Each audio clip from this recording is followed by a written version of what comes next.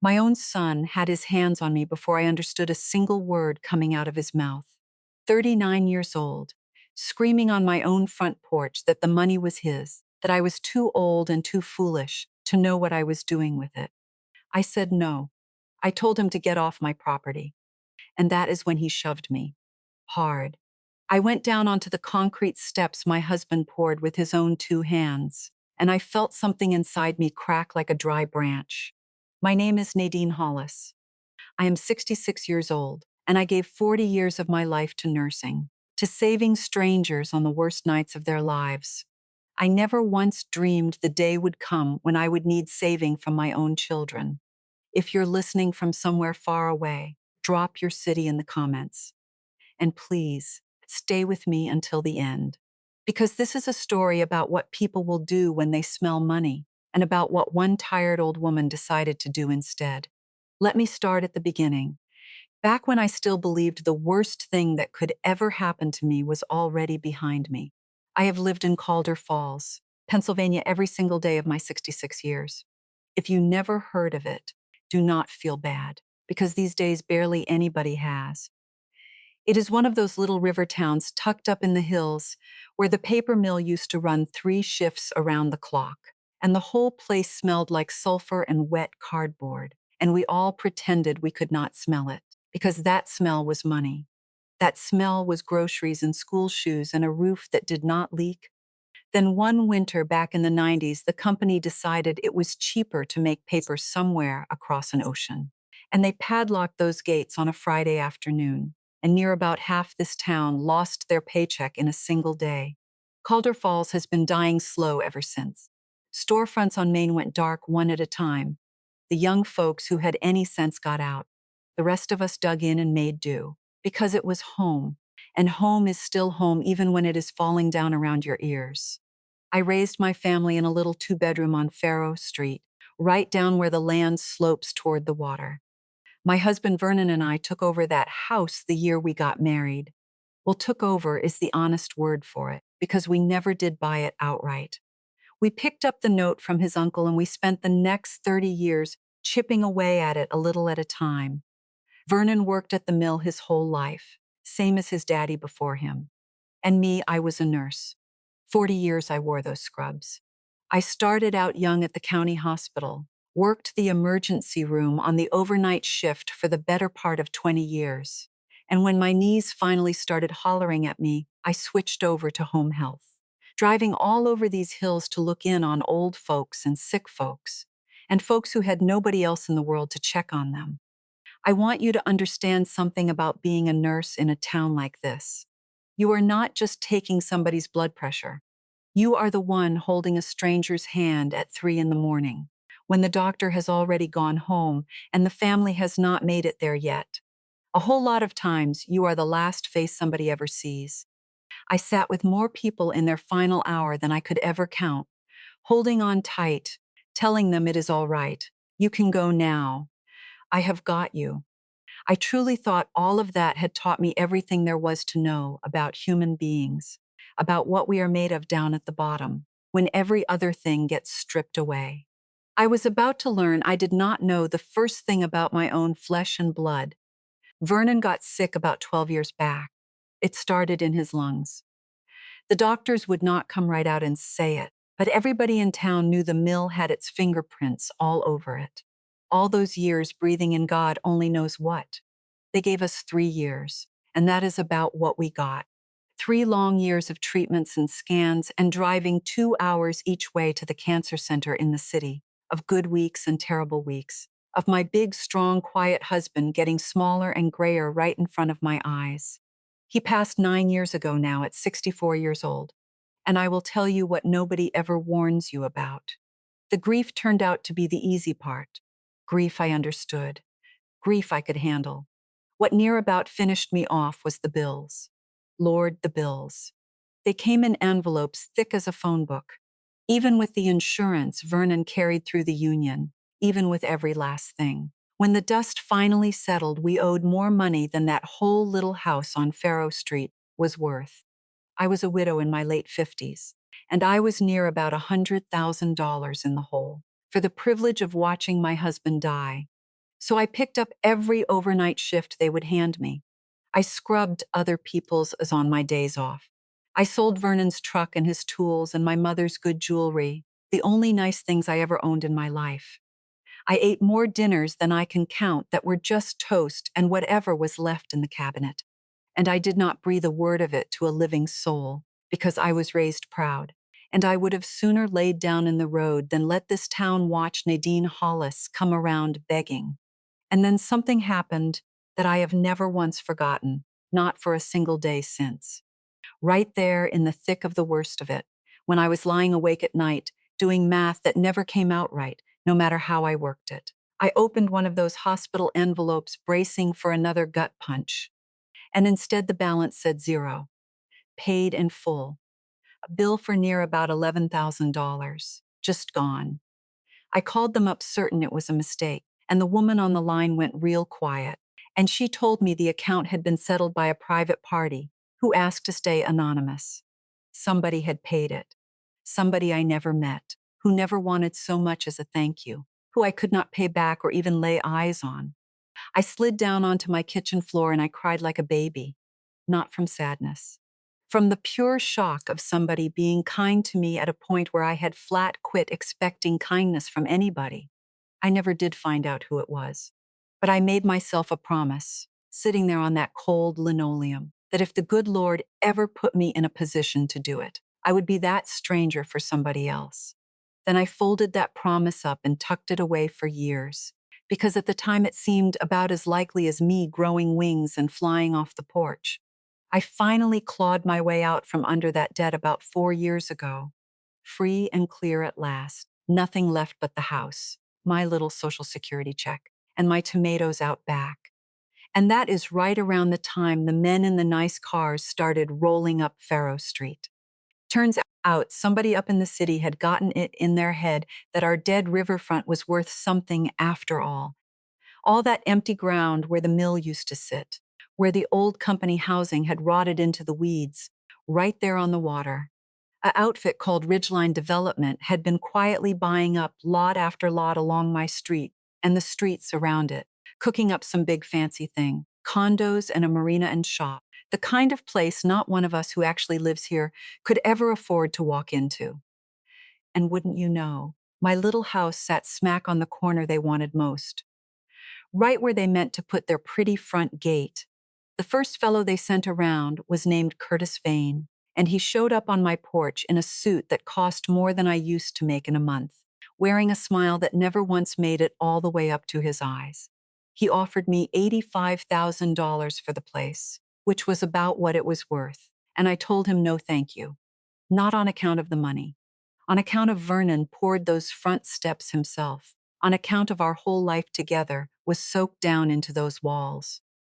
Selling it felt like selling off a piece of my husband, and I was not about to do that for any amount under the sun. But they kept coming, because that is the whole trick with a company like that. They do not hear the word no. They only ever hear not yet. Curtis Vane came back 3 more times over about half a year, and every single visit the number crawled up higher. 90,000, 140, 200, and every single time I said no. And every single time it got a little harder to get the word out, because I am nobody's fool, and I knew good and well what money like that could do.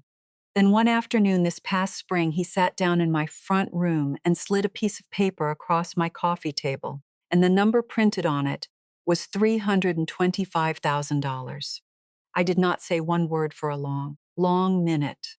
$325,000. I had never in all my born days had more than a few hundred in the bank at any one time. And sitting there staring holes through that number, something started turning over slow in the back of my mind. Not new clothes, not some trip to see the ocean, not a nicer house. Something else altogether. That I had made myself on the kitchen floor all those years back was starting to wake up and stretch its legs. So I told Curtis Vane I needed to sleep on it. Then I did a thing I had not done in a good while. I drove up to the little cemetery on the hill where Vernon is buried, and I sat myself down in the grass right beside him, and I talked the whole thing through. the way the two of us used to talk through everything. I told him I was sorry. I told him I did not for 1 second believe he would want me clinging to a pile of old lumber when that money could go and do what it could do. I sat up there till the sun dropped behind the ridge, and by the time I walked home in the dark, I had my mind made all the way up. I sold the house. The papers went through quicker than I ever imagined, and one Tuesday morning, I sat in a lawyer's office in the city and watched a number land in my bank account that did not even look real. And here is the piece that matters most. I did not tell one living soul, not my son, not my daughter, not even Alma Rutledge from next door, who has been my dearest friend for going on 40 years now, who knows every other secret I have got tucked away. Something down deep in my gut told me to keep this one close, keep it quiet, until I had done the thing I aimed to do with it. I put the sale papers in an old cookie tin and slid it up on the top shelf of my closet, and I went right on living exactly the way I always had. Same black coffee at 5:30 in the morning, same tomatoes, same worn-out slippers by the door. The only difference was that now, when I sat out on my porch of an evening, I would catch myself smiling at nothing at all, because I knew what I was fixing to do. And I want to be real honest with you before we go one step further. It was never about me, not a single dollar of it. I had a plan, and it was going to change more lives in this sad little town than anybody in it would ever guess. I just had not told a soul yet. I should have known better. In a town this small, a secret has a way of never staying a secret for long. I found out the whole town knew before I did, which is just about how everything goes around here. See, a house sale is public record. Anybody with a mind to can walk right into the county building and look it up. And on top of that, you cannot go and sell the place on the busiest corner in the neighborhood, the one every soul in town passes on their way to the gas station, without folks noticing the men in the hard hats out there, measuring your lot line and staking little orange flags all over your front yard. So it did not take but a couple weeks before it was all over Calder Falls that Nadine Hollis had sold out to the developers and come into some money. I have no doubt it got chewed over good at the diner and the beauty shop and every kitchen table in town. What did she get for it? What is she fixing to do with all that? You reckon she is going to share any with those kids of hers? That last one especially. My son Grady was the first one to come knocking. It was a Thursday afternoon. I remember it plain, because I was out back tying up my tomatoes when I heard that truck of his come rumbling up Faro Street. You could always hear Grady coming a block off. He drives one of those enormous pickups, jacked up high on the big fat tires, all shining chrome and blacked out windows, the kind of rig that costs near about what a house used to. And that right there was always the whole trouble with my boy, if I am being straight with you. Grady never once in his life bought a thing he could actually afford. He just bought whatever looked like the man he wished to God he was. He is 39 years old now. He lives clear on the other side of town in one of those big new houses out by the subdivisions they slapped up where the Feeney farm used to be. 4 bedrooms and a 3-car garage for a man with no kids and a wife who never met a thing at the mall she did not need to own. He has had about a dozen jobs since he turned 20, and every single one of them was fixing to be the big one, the one that finally set him up, and not one of them ever was. Right now he sells something, insurance or solar panels or some such. I never can keep it straight, and to hear him tell it business is always just about to explode. It never does. What explodes is his credit cards. He came up my porch steps without knocking, same as always, like the house was still half his, and he walked right on in and dropped himself down heavy on my couch. Then he flashed me that grin. I knew that grin. I had known it since he was 6 years old and standing in front of a broke lamp, swearing up and down the cat did it. It is the grin he puts on right before he asks you for something. "Mama," he said, "you are looking good. How you been? I have been meaning to get over here." I sat myself down in my rocker, the old one that belonged to my grandmother, and I told him I had been just fine, and I asked him to what did I owe the honor on a work day. And he laughed that big, loud laugh he has got, and said he did not need a reason to come see his own mother, did he? And I just looked at him, because we both knew good and well that he did. He got to it soon enough. He leaned forward with his elbows on his knees, and he told me he was going to shoot me straight. He said he had heard around town that I sold the house, and he let that just sit there in the air a second, watching my face. Then he said, "That is a whole lot of money for one person to be sitting on all by herself, Mama." I asked him who told him that. He waved his hand like he was shooing a fly. "Everybody knows, Mama. The whole town is talking. That is not the point. The point is that money came out of Dad's house. That is family money we are talking about. And the timing on it, well, the timing could not be better, because I am in a real tight spot right now." And there it was. The real reason he drove clear across town on a Thursday. Not because he was worried about his mother rattling around alone in her old age.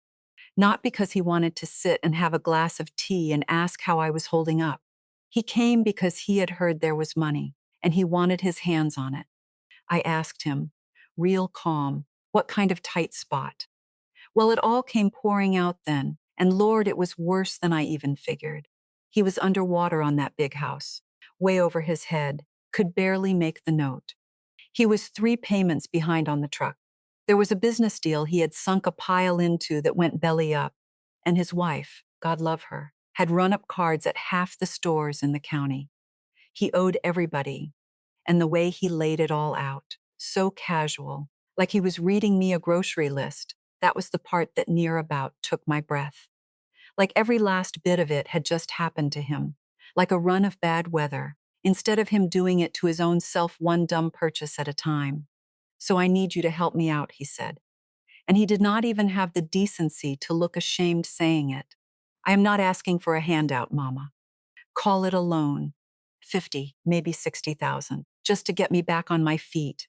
I will pay you every dime of it back. I swear to God." I did not say a word for a good long while. I just rocked. $60,000. He asked me for $60,000 the same, easy way. Another man might bum a couple bucks for a coffee. And I sat there looking at the face of the little boy I raised, and I did not hardly recognize the man wearing it. "Grady," I told him, "that money is not for loaning out. I have got plans for it." Well, the grin dropped right off his face then. Whatever soft, sweet look he had put on, it curdled up into something else, something I remembered from when he was a boy and did not get his way. "What plans?" he said, and there was an edge coming into his voice now. "What in the world are you going to do with money like that? Mama, at your age, you are not about to go buy a big house. You are 66 years old. Be practical. That kind of money ought to go where it can actually do some good. At your age." I want you to know those 3 little words landed on me like a slap across the mouth. I set my jaw and I said, "So what you are telling me, Grady, is that because I am 66, I have lost the right to decide what happens with my own money?" "That is not what I said." He shot back quick, but it was exactly what he said, and it was written all over his face, too. What he meant was that I was old, and I was near done, so what could I possibly need it for? What he meant was, hurry up and hand it over before you go and waste it on being alive. And that is when the thing I had kept nailed down for 9 long years started rattling to get loose. Because I looked at my son, sitting there in his fancy clothes he could not pay for, telling me I was too old to matter. And I asked him a question I already knew the answer to. "Where were you, Grady? When your daddy was dying and I was drowning, where were you? When I was working overnights at 60 years old and scrubbing other people's toilets on my day off to keep the lights on in this house, where were you then? When I was selling your father's tools and my own mother's wedding ring just to eat, did you call? Did you ever once pick up that phone and ask your mother if she was making it?" He turned red and started in mumbling that he did not know, that if I had only said something, that I was always too damn proud to ask anybody for anything. And there it was. The whole thing turned around backwards and set right back in my lap, like it was my own fault for not coming to him with my hand out. In a town this size, where he heard about a house sale before I finished signing the papers. My own son wants to stand here and tell me he had no earthly idea His mother was suffering not 3 miles from his front door. I told him to go on home. He did not take it well. He stood up off that couch, and Grady is a big man, always has been. And when he gets his blood up, his voice drops down low and mean. And for the first time in my life, my own boy standing up in my front room made something cold go creeping down my spine. He stabbed a finger at me and he said this was not over. He said that was family money and he had every right to it, that his daddy would have wanted it going to his own children and not sitting locked up in some bank while I rotted. He said I would come around to seeing sense, one way or the other. Then he went out and slammed my door hard enough to rattle the glass. And I heard that big truck of his roar off down Faro Street. And then it was quiet again. And I just sat there in my grandmother's rocker with my hands shaking in my lap, not from the cold, from something a whole lot worse. I told myself the worst of it was over. I told myself Grady would go off and cool down and change himself by supper. I did not have the first idea. Because Grady, God help me, was only the beginning. The very next afternoon, my daughter Corinne came up my porch steps. And what she was carrying turned out to break my heart in a way Grady never could. My daughter Corinne is 3 years behind Grady. 36 now, and she is about as different from her brother as two people raised under the same roof can turn out, where Grady has to have the biggest and shiniest of everything. Corinne pulled up my drive that Friday in a little tan sedan that had to be 15 years old. One headlight held in with a strip of tape, the muffler hanging low enough you could hear it scrape the concrete when she rolled in. Where Grady walks into my house like he still owns half of it, Corinne knocked. She always knocks. And when I opened that door and got a real good look at my girl, the nurse in me lit up like a red light on a dash, because she looked wore plumb out, thin in the face, dark hollows down under her eyes so deep it was like she had not slept a whole night through in a month. Her jacket just hung off of her. Corinne has had it harder than she ever lets on. Her husband took off on her about 4 years back, cleared out one weekend while she was at work and left her with nothing but the kid and the bills. And since then, it has been just her and my granddaughter Wren getting by on whatever Corinne can scrape together. Wren is 8 now, the light of my whole life. A little bird of a thing with her granddaddy's same quiet way about her. Corinne works over at the billing office of a car dealership in the next town. And between the gas to get there and the daycare and the rent, I know good and well there is never one thin dime left at the end of the month.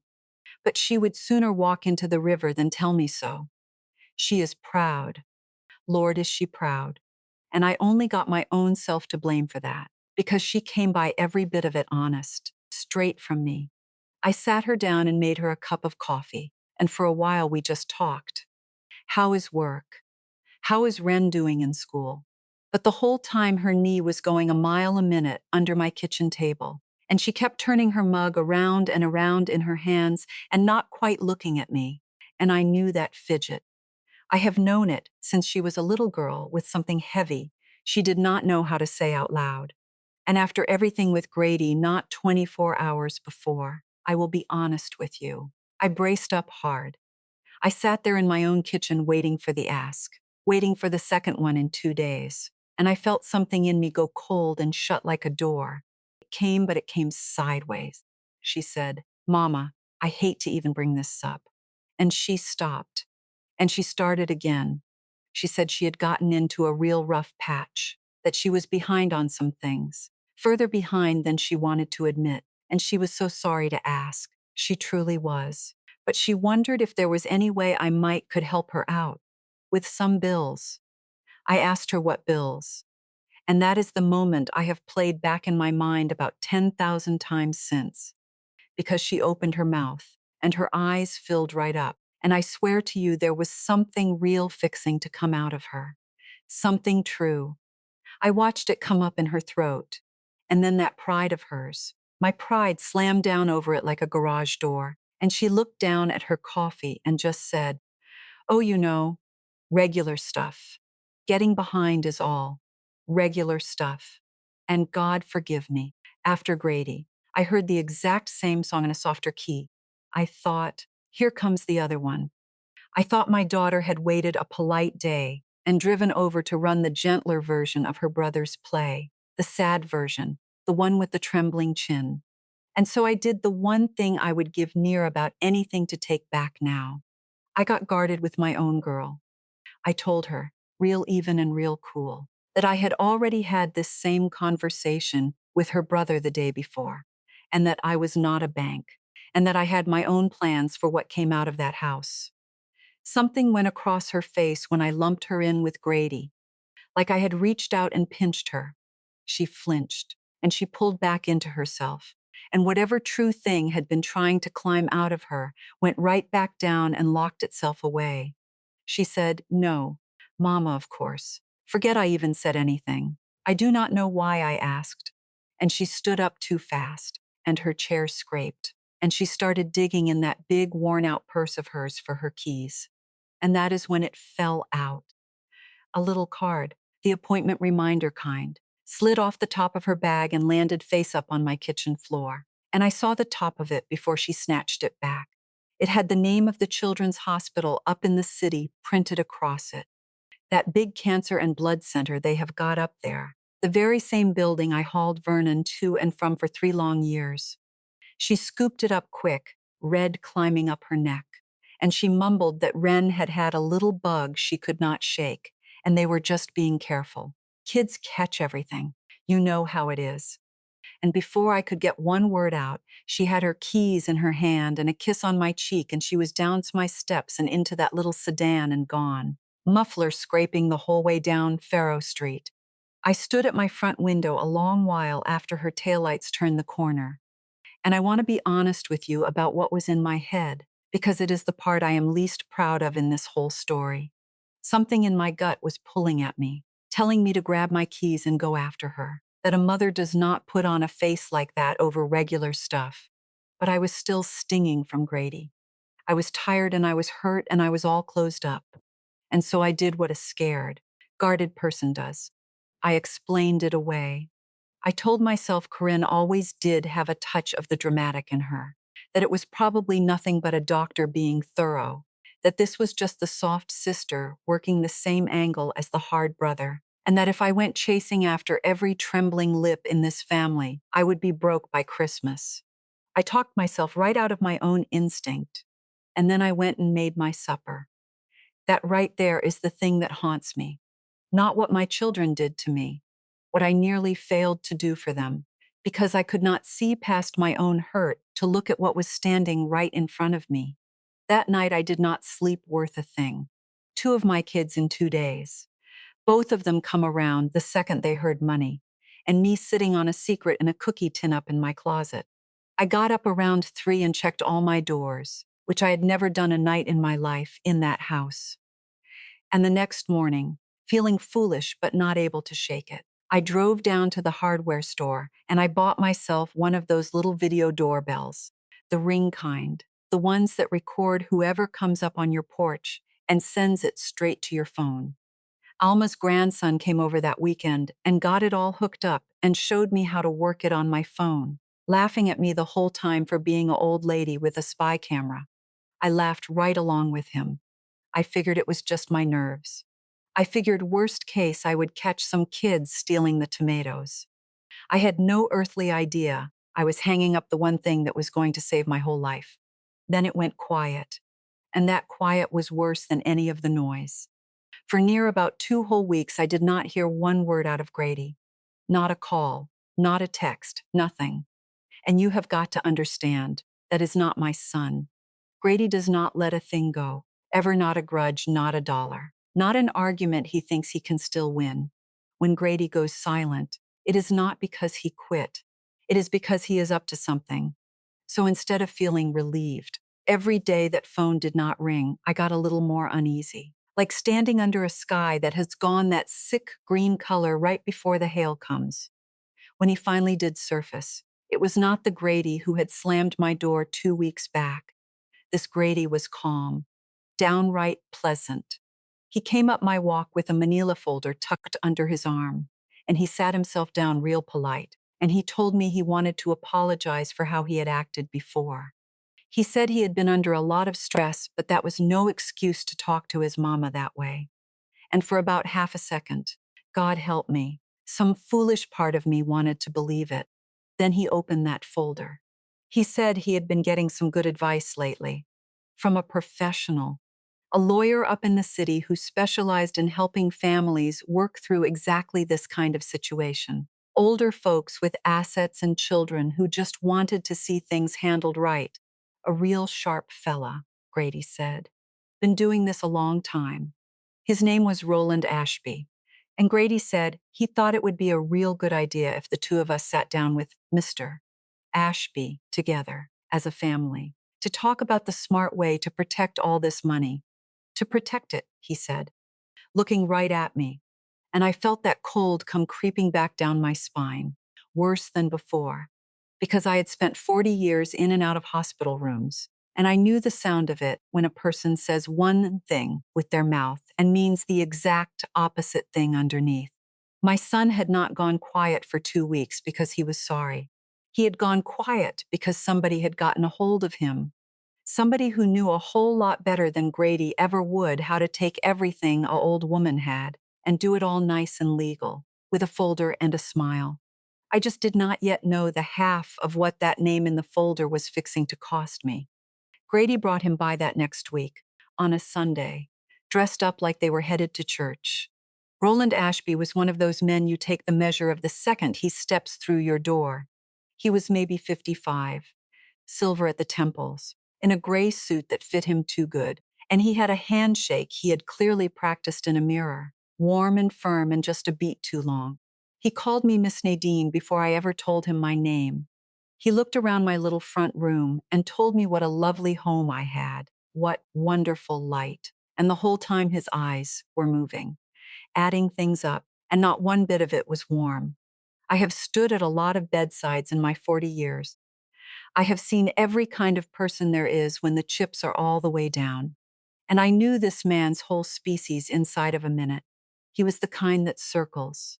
Grady sat him at my kitchen table and poured him a coffee like he was hosting the president.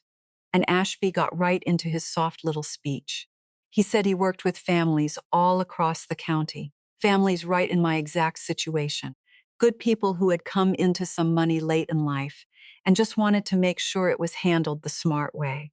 He said the world was full of predators these days who prey on seniors, con artists and grifters, and it broke his heart how many fine older folks got taken for everything they had. That was where he came in. He said he set up protections, structures, he called them, so that a person's money was safe and managed responsible by people who had their best interest at heart. And then he leaned in, real gentle, and he asked me a question dressed up like concern.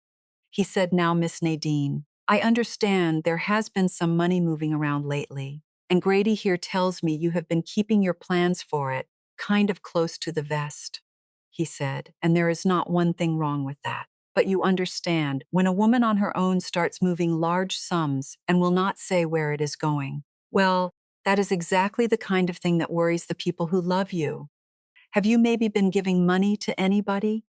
Anybody outside the family? Somebody new in your life, maybe?" And I saw it then, plain as day, the whole trap of it. This man was not there to protect one dime of mine. He was there to take it, and he wanted to do it with my own carefulness.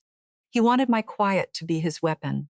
Every wise thing I had done, holding my cards close, not blabbing my business all over Calder Falls. He was fixing to turn every bit of it around and hold it up as proof that poor old Nadine had gone soft in the head or fallen in with some swindler and needed a grown-up to mind her affairs. I set my coffee down and I told Roland Ashby, real polite, that I appreciated his time but that my affairs were my own, and that I was going to have to ask him to leave my house. Grady started up sputtering, "Mama, come on. He is just trying to help." And I told my son to go on and take his lawyer with him. Ashby stood up smooth as ever, not one bit ruffled, and he handed me a card and said he understood completely, that these things took time to think through, and that his door was always open. Then he smiled that smile at me on his way out, and I have never in my life wanted so bad to lock a door behind somebody. Later on, I got out of Grady where he had even found this man. Turned out there was a free dinner. One of those workshops they advertise on the radio and stuff little flyers in your mailbox about free steak dinner. Come learn how to protect your family's future. Grady had gone to one out at a hotel banquet room by the highway. Him and a room full of other folks, all worked up about their aging parents and the money that might be coming. And Ashby had worked that room like a preacher. That was the whole racket. That free dinner was the funnel. Ashby was fishing, and my boy, drowning in his own debt and hungry for a way out, swallowed the hook whole. And here's the part that still turns my stomach. Grady truly believed deep down that he was in the driver's seat, that he had found himself a slick lawyer to help him get what was rightfully his. He never once figured out that he was just another sucker in that banquet room, and that Ashby was going to bleed him right along with me, because a man like that does not have a family. He has got marks. I should have known Ashby was not the kind to hear no and go on his way. 2 weeks later, a sheriff's deputy came up my porch steps on a Wednesday morning and handed me an envelope. I opened it standing right there in my doorway, and my hand started shaking before I even got through the first page. It was a petition filed down at the county probate court, and what it asked that court to do was to declare me an incapacitated person and to appoint Roland Ashby as the guardian and conservator over me and everything I owned. I had to sit down on my own steps to read the rest, and the rest was worse. It laid out a whole case against me, and Lord, it was a clever one, because every single thing in it was true and every single thing in it was a lie at the same time. It said I had sold my longtime home and that the proceeds were unaccounted for. It said I had been making cash withdrawals and would not disclose what for. It said I had refused, even to my own concerned children, to explain what I intended to do with a large sum of money. It said there were indications I may be the victim of undue influence by an unknown party, and that I had spoken of giving significant money to a person outside my family. And there, clipped to the back, was a signed statement from some doctor I had never once laid eyes on in my life, a fella by the name of Pell, saying that based on his evaluation he had concerns about my cognitive capacity to manage my own affairs. His evaluation. I had never met the man, but I found out quick that Grady had taken me to lunch a few weeks back, real sweet, real out of the blue, at a place up in the city. And I remembered now there had been an older gentleman who stopped by our table to say hello to Grady and chatted with me a couple minutes about my garden and the weather. That was the evaluation. That was Dr. Pell. A 2-minute chat about tomatoes over a chicken sandwich. And this man put his name on a paper that could take away every right I had. I want you to sit with how that felt. I spent 40 years being the one they trusted. 40 years of families handing me their mother, their father, their dying husband, saying, "Here, we trust you. Take care of them." And now here was a piece of paper, filed by a stranger and signed by another stranger, saying Nadine Hollis was not fit to be trusted with her own self. Everything I had ever done right, my whole life of being careful and private and proud, they had gathered it all up and dressed it up as sickness. And it got scarier still. About a week after that, a woman from Adult Protective Services came out to the house to check on me. Now my heart just about stopped when she said who she was, because in my head I already had them, the government, on Ashby's side too. But I will tell you, this is the one place the story surprised me. I never did catch that woman's name, but she was fair. She sat at my table and she talked to me like a grown human being, and she asked me plain questions and gave me the room to answer them. And I was so scared and so guarded, still that I near about did myself in right there, because I got tight and short with her the same way I had with Corinne, and I could see her taking notes. But something in her eyes told me she was not there to help Roland Ashby steal anything. She was there to find out the truth. And that was the first little scrap of hope I had felt in weeks, that maybe, just maybe, somebody in this whole machine was actually trying to look out for me instead of at me. But the thing that truly turned it, the thing that gave me a fighting chance, came from a man I had not talked to in years. His name is Wendell Cross. He works down at the county courthouse, been a clerk there near about his whole life, and he had known my Vernon since they were boys. Played ball with him back in high school. And one evening my phone rang and it was Wendell. And he told me he needed to talk to me, but not on the phone. And could he swing by? He came over after his shift, sat at my table with his hat in his hands, and he told me he had seen the filing come across his desk. He said he was not supposed to be talking to me about it, and that he could lose his job, and he did not care, because he had seen that name before. Roland Ashby. He told me he had watched that man file this exact same kind of petition on old folks in this county more than once. Widows, mostly. Folks with a little property and grown kids with their hands out. He said Ashby had a whole pattern, a way of getting himself appointed, and then just draining an estate dry in fees, legal and above board, until there was nothing left. And by the time anybody caught on, the old person was flat broke and it was too late. You get you a real lawyer, Wendell told me. A good one. Your own, not anybody near this Ashby. And you have them dig up his other cases. Because whatever he is telling that court about you, Nadine, he has told it about other women just like you. And that right there is his weakness. He does this too often. And he does it the same way every time.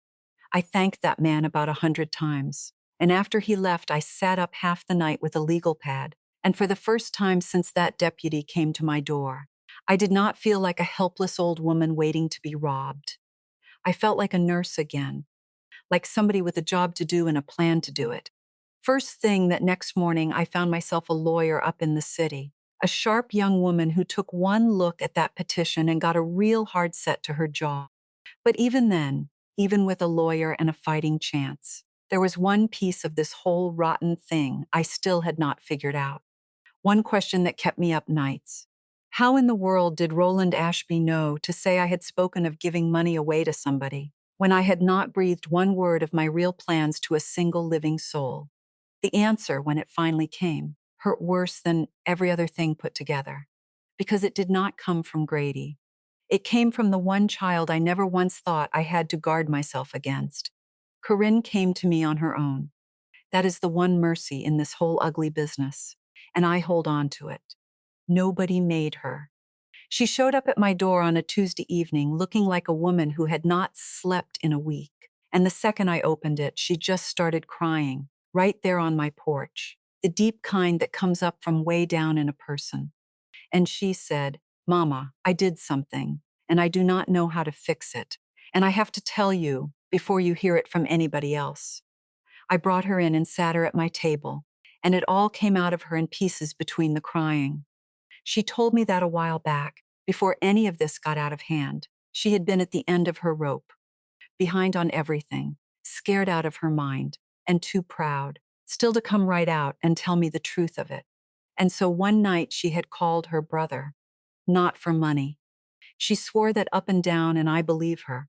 She called Grady because she knew he had heard about the house sale, and she thought, God help her, that if the two of them went to me together, gentle as a united front, that maybe I would listen, that maybe Grady could help her find the words she could not find on her own.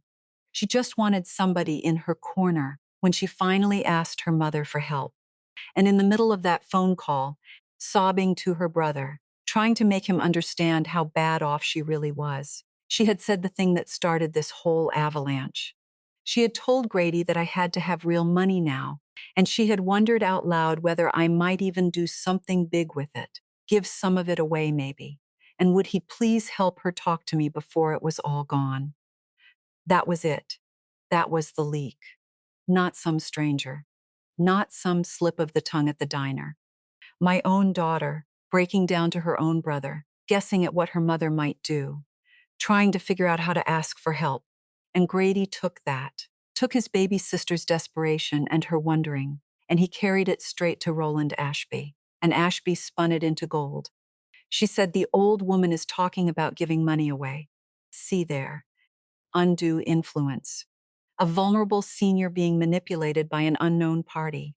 A thin little thread of worry between a sister and a brother, and a predator had woven it into a noose. And here is the part that gutted Corinne. that had her damn near coming apart at my kitchen table. The second she found out what Grady had done with it, the second she heard the word guardianship, she had gone after him. She told me she had screamed at her own brother on the phone, told him he was insane, told him to call it off, that this was their mother he was talking about. And Grady, all puffed up on Ashby's poison, had told her she just did not understand, that this was for the good of the whole family, that once he had control of that money, there would be plenty to go around, and her problems would be solved too. He had it all worked out in his head like he was some kind of hero. And Corinne realized, too late, that she could not stop it. She had lit the match, and her brother and that lawyer had turned it into a house fire. And there was not one thing she could do but come to me and confess. I looked at my girl falling apart across my own kitchen table, and you know what I felt. It was not anger. I searched myself for it, and it was not there. What I felt was heartbreak, clean through, because I finally saw the whole shape of it. She had come to me twice now, and both times she had been standing at my door trying to say, I am drowning and my baby is sick and I am so scared. And both times my own pride had looked back at her and seen nothing but a handout, and I had shut the door in her face. And so she had gone to the one person left who might listen, and that person had sold her out. Every bit of this traced back to two proud women who could not say the plain true words to each other. Her at my table, not able to tell me what was really wrong with Wren, and me too closed up to ask. I reached across and I took her hands and I told her I forgave her. I told her this was not her fault, that she had been trying to do right, and that the fault belonged to Grady and to that lawyer and to nobody else. And I very near asked her, right then, what is really going on with Wren? Because it was sitting right there between us. I could feel it. But she was already coming apart, and I did not want to push her clean over the edge. So I let it be. Lord, I let it be. If I had only pushed just a little that night. But I did not. I just held my daughter's hands and let her cry, and I told her we were going to be all right. That was the calm before it all broke loose. Because Grady, he was not backing off. If anything, Corinne going against him had lit him up worse. And a few days later, I came home from my lawyer's office up in the city, and I could feel the second I walked in that somebody had been in my house. Nothing was tore up. Nothing was even really gone. But things had been moved. My dresser drawers were not shut all the way. My papers had been shuffled through. And up on the top shelf of my closet, my cookie tin, the one with the sale documents in it, had been slid clear over to the wrong side of the shelf. Somebody had been in there hunting through my things, looking for the papers, looking for account numbers, looking for whatever they could use. And I did not have to think hard about who, because Grady had had a key to that house for years. For emergencies, back when I first started worrying about being alone, he still had it.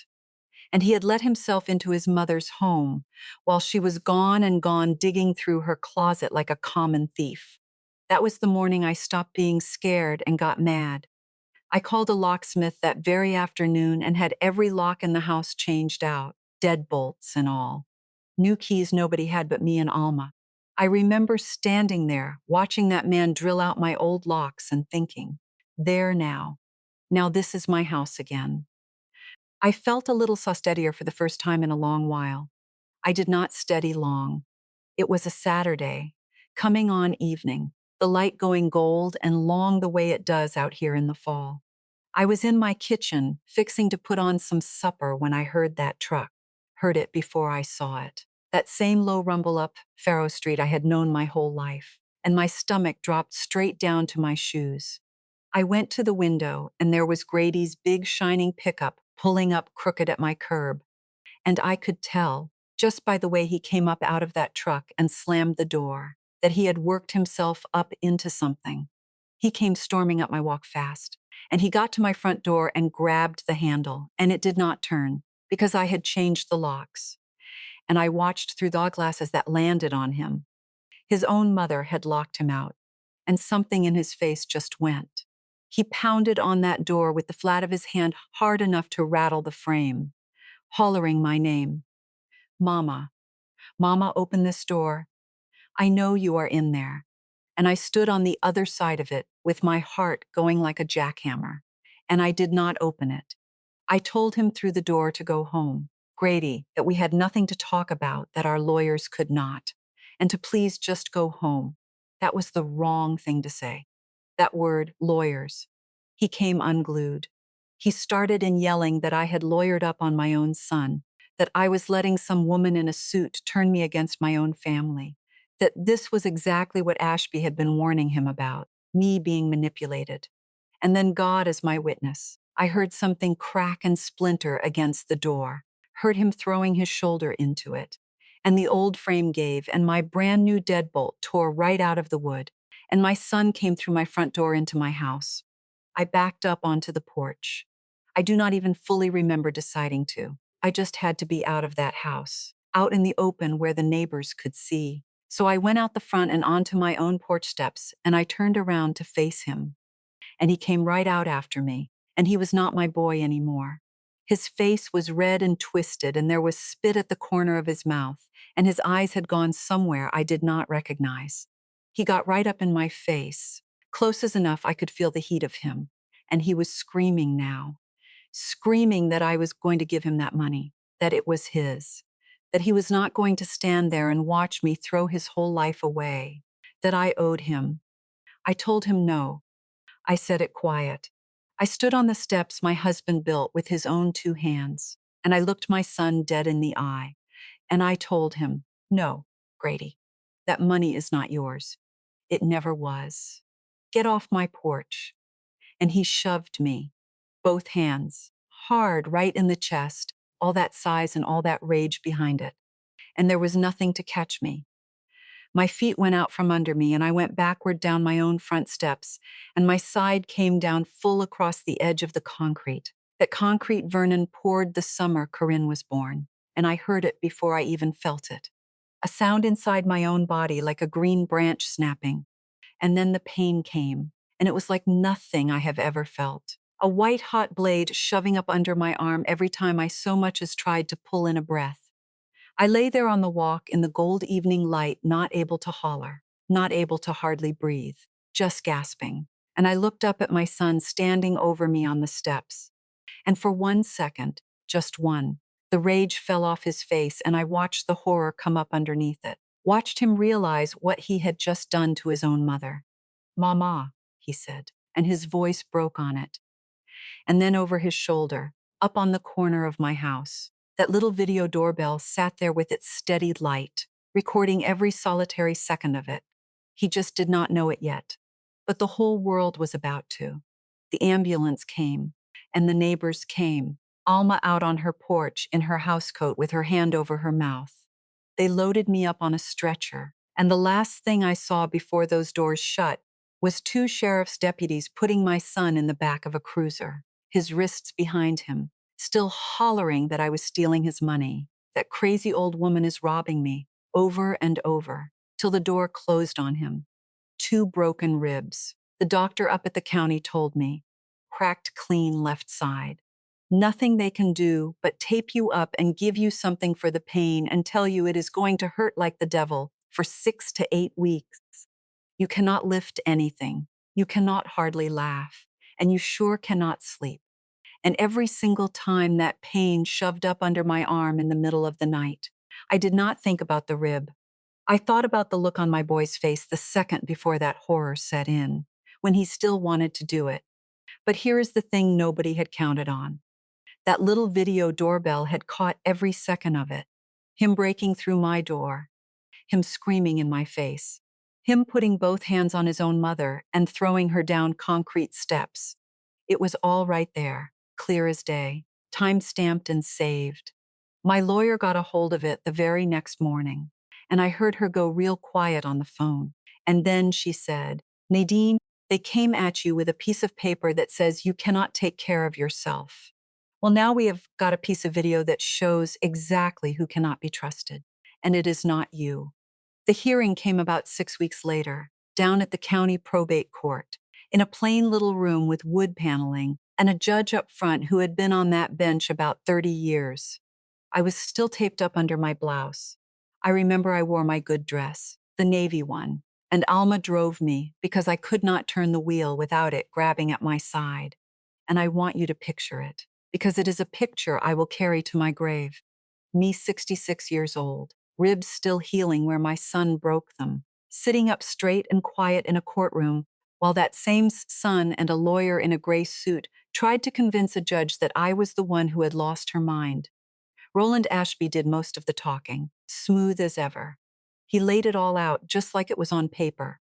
The house sold, the money moving, the cash withdrawals, the poor confused widow refusing to explain herself, the danger of undue influence. He had Dr. Pell's letter. He had it all lined up nice. And I sat there listening to a stranger paint me as feeble and gone in the head, and I did not say one word, because my lawyer had told me, let them talk, Nadine. Let them build the whole thing up. Then we knock it down. The first thing that knocked it down was a woman named Odessa Vaughn. She was not the protective services lady from before, but the evaluator the court itself had appointed, the judge's own independent expert, beholden to nobody. And she had spent 2 long afternoons with me at my kitchen table, asking me every kind of question there is. And she got up in front of that judge and she said, in plain words, that in her professional opinion, Nadine Hollis was fully competent, sharp as a tack, oriented in every way, and entirely capable of managing her own affairs and making her own decisions. She said there was not one clinical thing wrong with me. And she added, looking right at Ashby, that a 2-minute social conversation over lunch, which is what Dr. Pell's evaluation amounted to, did not meet any standard of a real assessment, and she was frankly troubled it had been submitted as one. The second thing was the video. My lawyer stood up and she played it, right there in that quiet room, on a screen for the judge to see, and you could hear a pin drop while it ran, the door splintering, the screaming, my son's 2 hands, his mother going down the steps. And when it was done, my lawyer just said, this is the concerned family that filed to protect this woman. This is the love this petition claims to be built on. And the judge, he did not say anything for a long moment, but I saw his jaw go tight. And the third thing, the thing that finished Roland Ashby for good, was the pattern. My lawyer had done exactly what Wendell Cross told me to do. She had pulled Ashby's other cases. And there they were, one after another. Widows, older women, alone with a little property and grown children with money troubles. The same petition, near about word for word.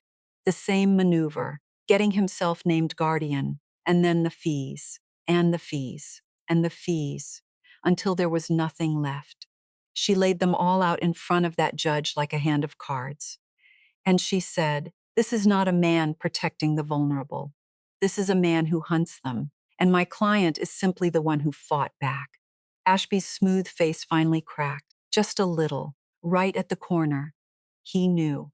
He knew it was done. But there was one piece left, because their whole case, underneath everything, hung on one idea, that I was giving my money away for no good reason, like a confused old woman throwing it to the wind.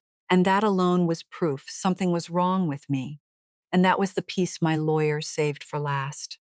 She stood up and she said, Your Honor, the petition makes much of the fact that my client intends to give a large sum away and treats this as evidence of impairment. I would like to show the court exactly what she planned to do with it. And she handed up a folder, a real one, this time, full of documents I had been quietly putting together for months, with a real charity that does this work, all of it structured and lawyered and signed, clear as glass. Everything I had been keeping in that cookie tin and in my own heart for 9 long years. I had arranged to buy up and wipe out every dollar of medical debt in the whole county. The judge looked it over, and even he did not quite follow it at first. So my lawyer explained it the way I had learned it. She said, Your Honor, medical debt in default sells for pennies. When a hospital gives up on collecting, that debt can be purchased in bulk for around 1 cent on the dollar, which means a few $100,000, the exact sum from the sale of Mrs. Hollis's home. is enough to erase millions of dollars of medical debt across this entire county. It gets bought up by the region, by income level, and it is simply forgiven. The families never even have to ask. They just get a letter one day telling them they do not owe it anymore. And then she said the part that broke the whole room open. She said this is why she sold her house. Not confusion, not a scam. Her own husband died of this town's sicknesses and left her nearly $100,000 in medical debt. And at her lowest moment, a stranger she never met quietly paid a bill she could not and asked for nothing. She has spent 9 years trying to become that stranger for everyone else. There is nothing wrong with this woman's mind, Your Honor. There is only something right with her heart that these people could not comprehend, because when they looked at her, all they could see was money. The judge dismissed that petition on the spot, threw it clean out, ordered a full investigation into Roland Ashby and into Dr. Pell, and just like that, it was over. Ashby was gone before I even got my coat on. But I was not looking at Ashby. I was looking at Corinne. She had been sitting in the back of that courtroom the whole time. And when my lawyer read out what that money was really for, when she said medical debt all across the county, forgiven, I watched it hit my daughter like a physical thing. Because Corinne knew. She knew about the county. She knew that she and her sick little girl lived in it. She knew that her own child's mountain of hospital bills, the very ones that had her so desperate she called her brother in the night, the ones she was too proud and too ashamed to ever say out loud to me, were already in there, already in the pile, already fixing to be wiped out with everybody else's, whether she ever said one word to me or not. I got up, slow, holding my side, and I walked back to where she sat, and I took my girl's face in my hands. And I told her the truth I wished to God I had made her tell me at my kitchen table. Baby, I said, you did not have to steal anything from me. Your brother did not have to prove I was crazy. You never had to do any of it. All you ever had to do was sit at my table and tell me your baby was sick. That is all. And I would have written a check that same night, and I would have paid every last cent of Ren's bills before your coffee even got cold. The money to save your little girl has been sitting right there the whole time. It was always meant for exactly this, for exactly you. And my Corinne came apart in my arms, right there in that courtroom, the way she had not come apart since she was a little bitty girl. And I held her up, ribs and all. That was the moment it all came home to roost. That was the moment every proud, silent, closed-off thing between us finally cracked open. Too late to have spared us the worst of it, but not, thank God, too late for what came after. Grady pleaded out in the end. Assault, elder abuse, and conspiracy to commit financial exploitation of a vulnerable adult, which is a real crime in this state. Thank the Lord. He is doing his time now. Ashby lost his license and is facing fraud charges that go a whole lot further than just me, because it turned out there were a lot of us, a whole trail of women he had bled dry, and now they are all getting a look. Corinne was never charged. She cooperated with everything, and she started seeing somebody, a counselor, on her own, not because a court told her to.